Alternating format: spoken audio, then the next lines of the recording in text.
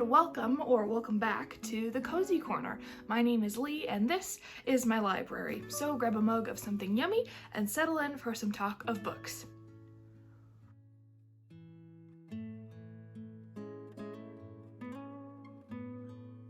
It is that time of year where everyone is putting together their best and worst and most surprising and most disappointing books of 2021. Overall, I think this was a pretty good year. There were definitely some lows of both being in the mood to read and having good books to read. I definitely had a few dry spells where everything I was reading just wasn't hitting right. So that's why I decided to make this into a two-part series. Let's call it a duology for continuity's sake, because this is booktube. I decided to make these videos a duology. So this video that you're currently watching will be my best and most surprising books of 2021, and then in a few days on Thursday, I think, will be my worst, with a big asterisk, and most disappointing books of 2021. So I will have 5 best, 5 most surprising, 5 worst, and 5 most disappointing. But we will be saving the worst and the most disappointing for another day. But today we are going to be talking about the 5 best and the 5 most surprising books of 2021. These are in no particular order, mostly because ratings don't always reflect my overall emotions or feelings towards the book, and vice versa. But I can say with some glee that the top 5 best books of 2021 are all rated 5 stars. I am notoriously, at least in my own head, very picky about which books I give 5 stars, because the biggest thing that pushes me to give a 5-star rating is it rereadable? Will I want to pick this up and read it again? Those books do not come around often for me, so I'm very fortunate to have as many as 5, plus a few more that I didn't include, just because I talked about them before or everyone knows they're my favorite already. But I can say that there were several books that were new to me that are on my best. So let's get into the 5 best books of 2021. First up, we have The Name of the Rose by Umberto Eco. I was enthralled by this storyline. I know that, oh sorry, I have to sneeze. Okay, it left for now. I knew that while I was reading this book that within probably like the first quarter, I was gonna give it a full 5. Like, it was that good right away. However, I know that this book won't be a 5 stars for everybody, and that mostly has to do with type of content. It is very theological based. There is a lot of discussion around church politics at the time. There's a lot of Latin that isn't translated. It won't be that accessible to everybody. And to be fair, it was a struggle for me to read in some parts, even as someone who grew up in the church and really likes playing with Latin language. It still was a struggle for me to get through some parts, but it was I call it hard but good work. So it's the kind of work that pushes you, but you enjoy it while you're reading it. I just tried to explain the synopsis of this novel and got horribly tangled up in all of the things that have happened in this book. So I'm gonna try it again. So this follows the story of Adzo, who is the narrator, and he is a young novice monk who is following his mentor, who is William of Baskerville, who really is Sherlock Holmes if he was Catholic and a monk, to this Franciscan abbey in 14th century Italy, who is accused of practicing heresy. And Rome and the Catholic Church in general are in such tumult at this time. So William of Baskerville is sent to be sort of a political salve on the tension at the time, but while he is there, he is noticed and remembered for his ability to deduce things, and he happens on a murder in this abbey. And as the story progresses, it takes place over 7 days, and every day, almost every day, another murder happens in this abbey. And so it's this dueling timeline of Adzo learning about his history and whether he actually wants to become a monk, the theological and political tension of the Catholic Church at the time, and of course the murder mysteries, and where the accusations of heresy are coming from. So there's so much that happens in this book. It is a chonker to get through, almost 600 pages, but I enjoyed every minute of it, even the hard parts. There are several trigger warnings, so if you want to go see the review I did of this book, just so you're fully educated before you read it. I did not expect a murder mystery in this time period to be so good, but it was so good. I think this was the first 5-star I gave of 2021, and it didn't come until September, October, somewhere in there. So I'd gone many months without reading a 5-star, and I'm so glad that this was the first one I did, or that I read. Next up, for the best books of 2021 is The Shadow of the Wind by Carlos Ruiz Zafon. Whew. I had not anticipated loving this book as much as I did. Again, this is a very late in the year 5-star read. I only finished this like a few weeks ago at the beginning of December. So this follows the story of Daniel, who at age 11, I think, his father takes him to the Cemetery of Lost Books, and which is like this big secret archive of manuscripts that all of these secondhand booksellers sort of run and donate to and that kind of thing.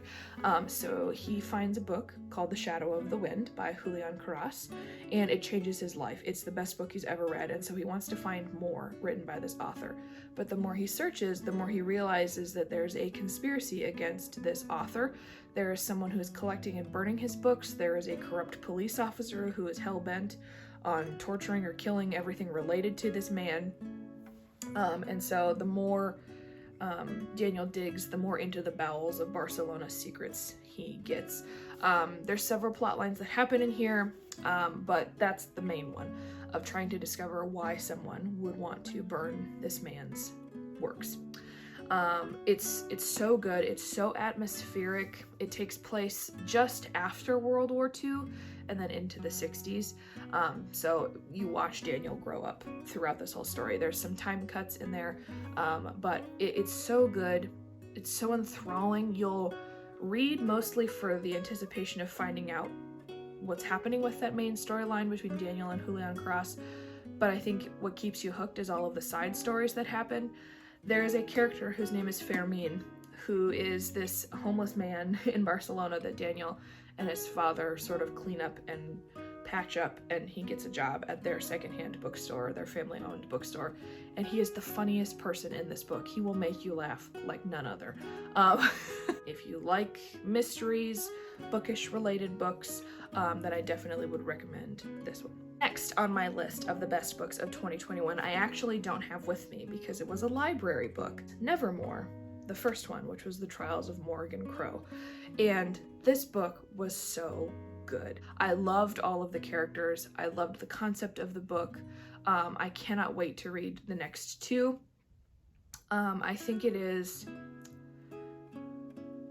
just soothed that weird little kid in me who loved that fantasy, outlandish stuff. It was exactly what I needed at that time. It was a light read. I devoured it in almost a day and a half roughly, and I enjoyed every minute of it. It was one of those books where, you know, you read so fast because you're so into the story, you kind of have to stop and back up a little bit to make sure you got everything. But I love all of the characters in there. Like I said, I can't wait to read the second one. That is the type of middle grade that I know I love. So, it was a surprise 5-star. Was not anticipating giving it a 5-star, but it did not disappoint. And I think the next best book of 2021 will not be a surprise to anyone who has watched any of the videos over the past few months on my channel. That is the Fowl Twins trilogy by Eoin Colfer. I say it's a trilogy. I don't know if he's gonna write more, but this is the third one. It did come out end of November in Europe, but we just got this maybe like a week or two ago at the library. It just came out in the States. This is the third, so the Fowl Twins get what they deserve. This was a breath of fresh air. I first started this series in October, I think, if I'm remembering correctly. I love Artemis Fowl. It is holds a place of honor up on my favorites shelf. It is my all-time favorite series. And I'm not going to get emotional this time. But I love that series. It was a huge part of who I am. It was a huge inspiration to me to become a writer.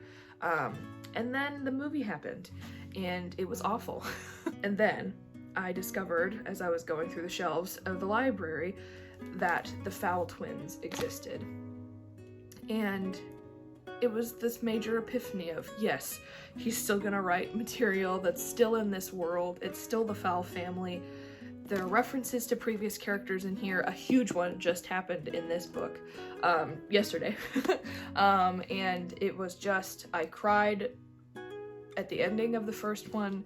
This series is just so good. And it was such a breath of fresh air, like I said.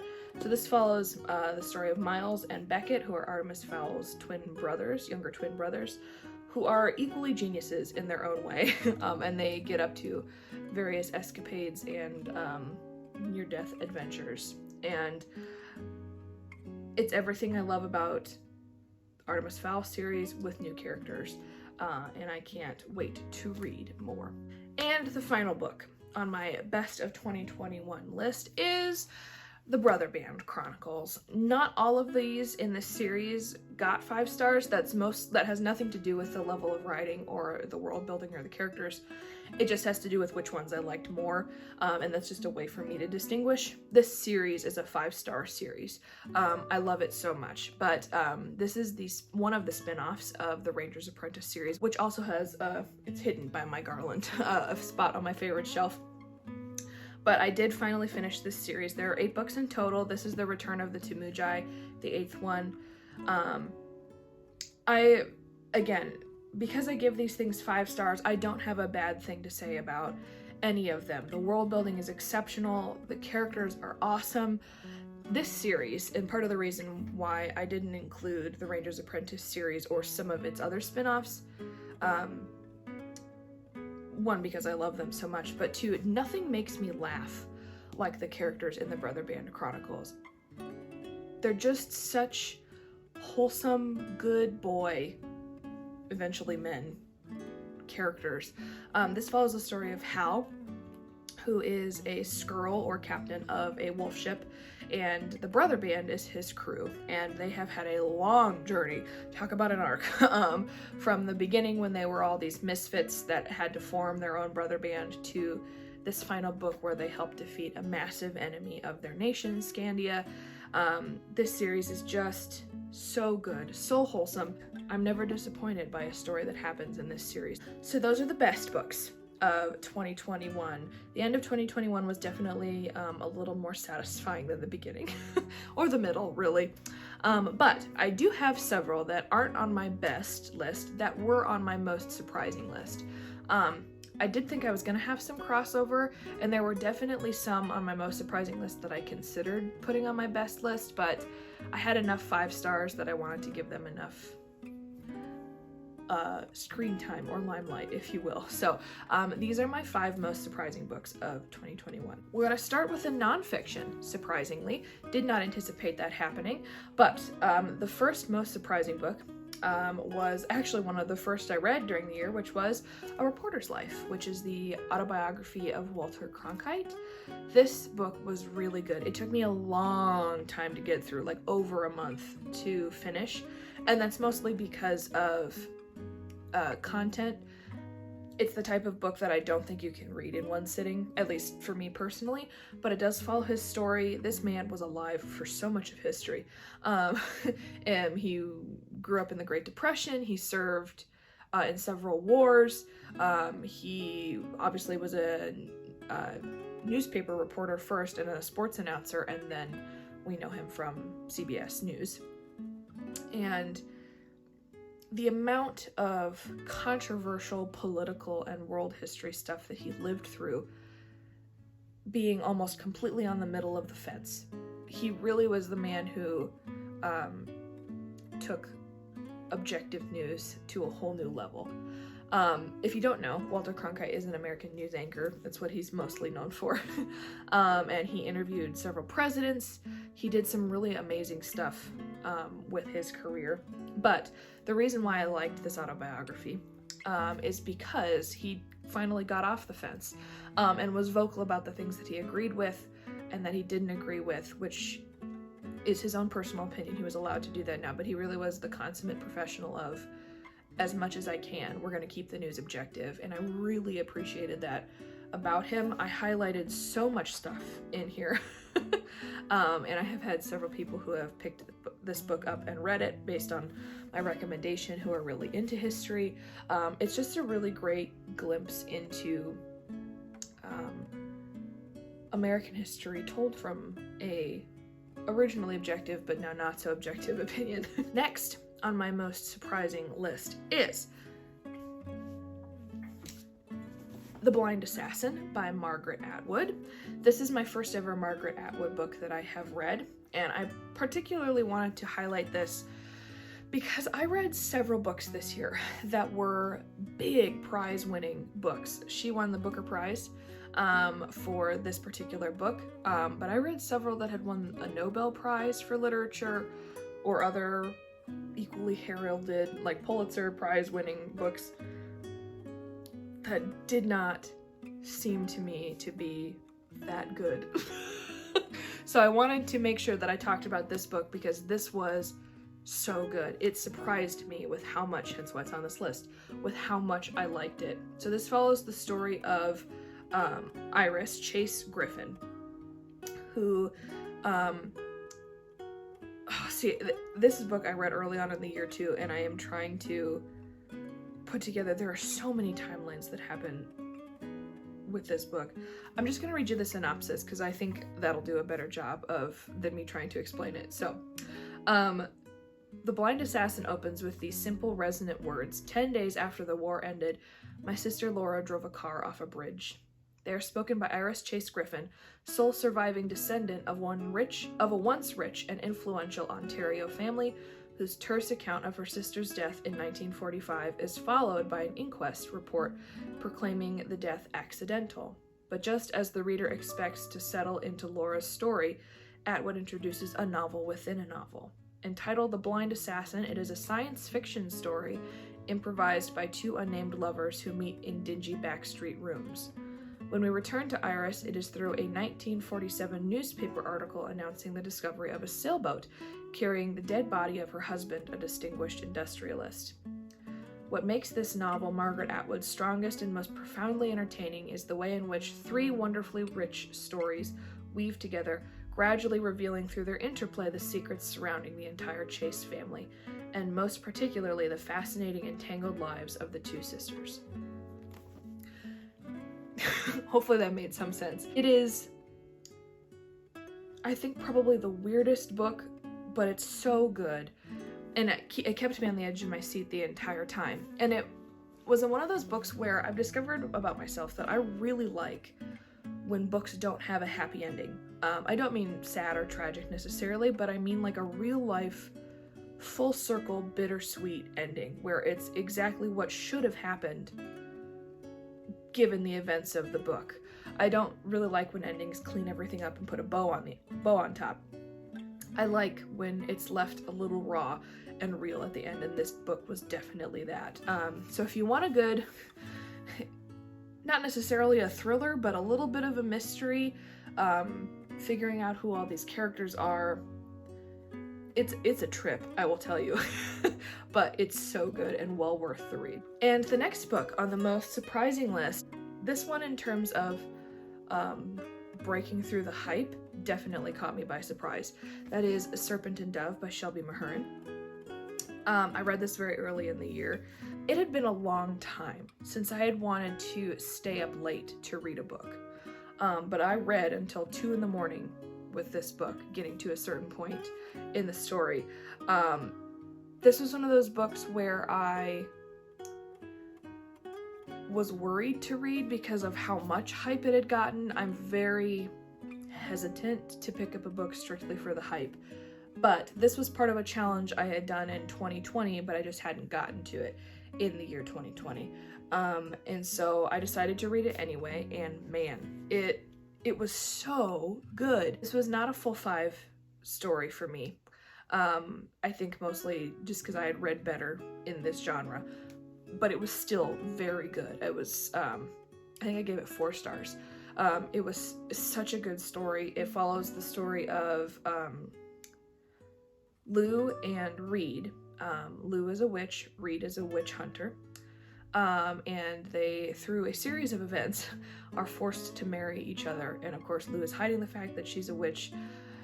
And as a newlywed couple, they're trying to sort out their lives together. Reed is a dedicated member of the church who hunts witches. And so you can imagine the things that happen. But there were some big plot twists that happened in here. Like I said, it made me read late into the night. It went quickly. I think I finished this within a week.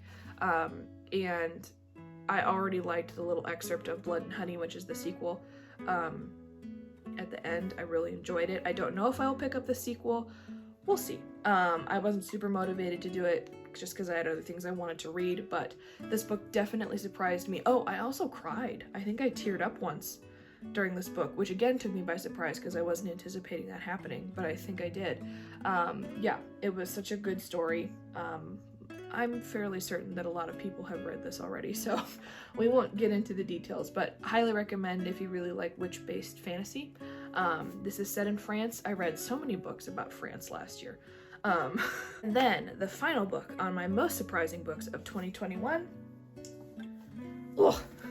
was Forging Hephaestus by Ruiz. This also was part of a reading challenge I was planning to do in 2020, but just didn't get to. Finishing, I mean. This follows the story of Tori.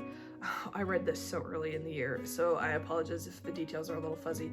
But she is a bit of a bad girl and a loner, and she is conscripted into the Villains Guild.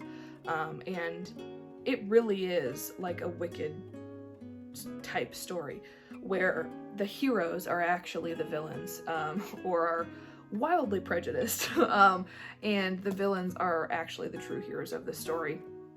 Not necessarily because they do good things, because they don't, but because you understand their motivations and you love the characters, and the heroes are painted and told in a light that actually kind of reveals their true character. Tori does have fire powers. She, this is her villain name, which is Hephaestus. Anyway, that's not any spoilers, that's literally what the book is. But this book was so surprising. Huge cast of characters, and I mean massive, but it was so easy to follow. The characters were iconic. The storyline, it took a long time for the storyline to get going, but once it did, it was like a snowball. It just kept rolling and rolling and rolling and rolling. This book is hefty too. It is over 600 pages, but it was so good. It was everything a superhero book should be. So if you ever want a sort of Wicked retelling of classic superhero tropes, definitely pick this up. It is by Ruiz. I want to check out the sequels to this. Hopefully there is one. I think there is one, at least one. But this book was so good. It's dusty because it's been sitting on my shelf over there since the beginning of the year. So if you like superheroes, if you like sort of retellings based on tropes, definitely pick this up. It might take you a while, but it's worth the read. Editingly here, I realized that I completely left out a book of my most surprising of 2021. So I wanted to quickly record this to make sure that I included it in here because it was really good. And that book was Red Notice by Bill Browder. I finished this last month because I wanted to do some nonfiction for Nonfiction November. It is all about financial crime in Russia, which was a book that I had not planned on reading really. I had not planned on enjoying it as much as I did. I did listen to this book via audiobook, mostly because I knew it was the kind of book that I probably would really struggle with reading physically, and I just needed to have it told to me, which I do sometimes, if I know that it's going to take a lot of mental effort. But it follows the story of Bill. It is his memoir, who is a financier or investor for the Hermitage Fund. That's his fund that he started, and through his process of building up his investment firm, he discovers some pretty big corruption in Russia, all about these oligarchs who are stealing money from these companies or preventing the public from buying shares, and so he sets out to expose them. And when he does, his tax attorney is imprisoned and tortured and eventually killed because of the investigation that he did. So the story is as much about Bill's past and building his firm and discovering the conspiracy as much as it is about him seeking justice for his tax attorney. It's a heartbreaking story. It's a hard story to read, but I really genuinely enjoyed the process of events. It's very linear. It tells the story from beginning to end. There's no cuts anywhere, but I really enjoyed listening to it. A lot of the financial stuff went in one ear and out the other, but the buildup of the tense situations that he had to go through, and then the awful thing that happened to his attorney, it was a really fascinating story, and one that I would definitely recommend for people who like kind of the corporate espionage, financial crime, true crime world. So I did enjoy it. I think I gave it a 3 out of 5 stars, if I'm remembering correctly. I could be wrong. So I enjoyed it, but you know, it wasn't a 5-star just because it was a one and done type of read, but it definitely surprised me with how much I did enjoy it in the moment. So there you have it. Those are my best and most surprising books of 2021. Like I said, it's been a decent reading year, and I'm glad that I had some that redeemed the not so nice parts. So make sure you stay tuned for Thursday when I will put out my worst and most disappointing list, and you can get a well-rounded picture of my reading year during 2021. So if you enjoyed this video, go ahead and give this video a like and subscribe to my channel. It really does help me out and let me know what you guys want to see. As always, a huge thank you to the friends and family who have readily supported me on this journey. It truly means the world to me, and I can't wait to see what's on the next page. Cheers.